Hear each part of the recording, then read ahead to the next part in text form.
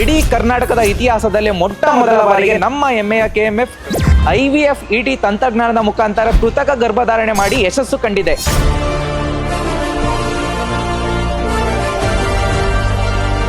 ಕೃತಕ ಗರ್ಭಧಾರಣೆ ಅಂದ್ರೆ ಏನು ಸರ್?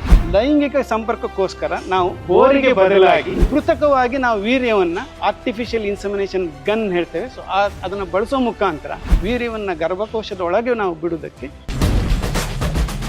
ಕೃತಕ ಗರ್ಭಧಾರಣೆಗೂ ಮತ್ತೆ ನೈಸರ್ಗಿಕ ಗರ್ಭಧಾರಣೆಗೂ ಇರ್ತಕ್ಕಂಥ ವ್ಯತ್ಯಾಸ ಏನು ಸರ್? ನಾವು ನೈಸರ್ಗಿಕ ಗರ್ಭಧಾರಣೆಯಲ್ಲಿ ಲೈಂಗಿಕ ಸಂಪರ್ಕಕ್ಕೆ ನೇರವಾಗಿ ಹೋರಿಗಳನ್ನು ಬಳಸ್ತೇವೆ.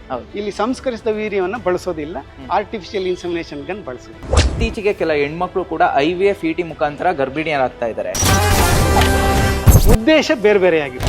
ಮಾನವ ಕ್ಷೇತ್ರದಲ್ಲಿ ಈ ತಂತ್ರಜ್ಞಾನ ಬಂಜೆತನ ನಿವಾರಣಕ್ಕೋಸ್ಕರ ಬಳಸ್ಕೊತಾ ಇದ್ದಾರೆ. ಹಾಲು ಉತ್ಪಾದನೆಯನ್ನು ಹೆಚ್ಚಳ ಮಾಡುವಂಥದ್ದು ನಮ್ಮ ಯೋಜನೆ ಈ ಮುಖ್ಯ ಗುರಿಯಾಗಿದೆ. ಒಂದು ದಾನಿ ಹಸುವಿಂದ ಒಂದೇ ವರ್ಷದಲ್ಲಿ 100 ಕರುಗಳನ್ನು ಉತ್ಪಾದನೆ ಮಾಡ್ತಾರೆ.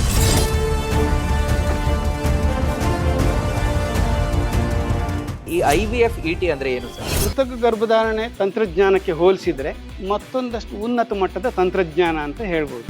ಇದು 2 ಹಂತಗಳನ್ನು ಒಳಗೊಂಡಿದೆ, IVF ಮತ್ತೆ ET. IVF ET ತಂತ್ರಜ್ಞಾನಕ್ಕೆ ಒಳಪಡಿಸುವ ಬಾಡಿಗೆ ತಾಯಿಯ ಆಯ್ಕೆ ಯಾವ ರೀತಿ ಇರಬೇಕು ಸರ್? ಗರ್ಭಕೋಶದ ಯಾವುದೇ ಸಮಸ್ಯೆಗಳು ಇರಬಾರ್ದು. ಒಂದು ಹಸುವಿಗೆ IVF ET ತಂತ್ರಜ್ಞಾನದ ಮುಖಾಂತರ ಗರ್ಭಧಾರಣೆ ಮಾಡೋದಕ್ಕೆ ಎಷ್ಟು ಖರ್ಚಾಗುತ್ತೆ ಸರ್? ಯಶಸ್ವಿ ಭ್ರೂಣ ವರ್ಗಾವಣೆಗೆ ತಗುಲುವಂತ ವೆಚ್ಚ 21,000. ರೈತರಿಗೆ ಇಲ್ಲಿ ಹೊರೆ ಜಸ್ಟ್ 1,000 ಮಾತ್ರ. ಅದು ಸಕ್ಸಸ್ ಆದ್ರೆ ಮಾತ್ರನ ರೈತ 1,000 ಕೊಡಬೇಕಾಗಿರೋದು. ಯಶಸ್ವಿ ಆಗಿಲ್ಲ ಅಂತ ಹೇಳಿದ್ರೆ ರೈತರಿಗೆ ಯಾವುದೇ ರೀತಿ ಹೊರೆ ಇಲ್ಲ.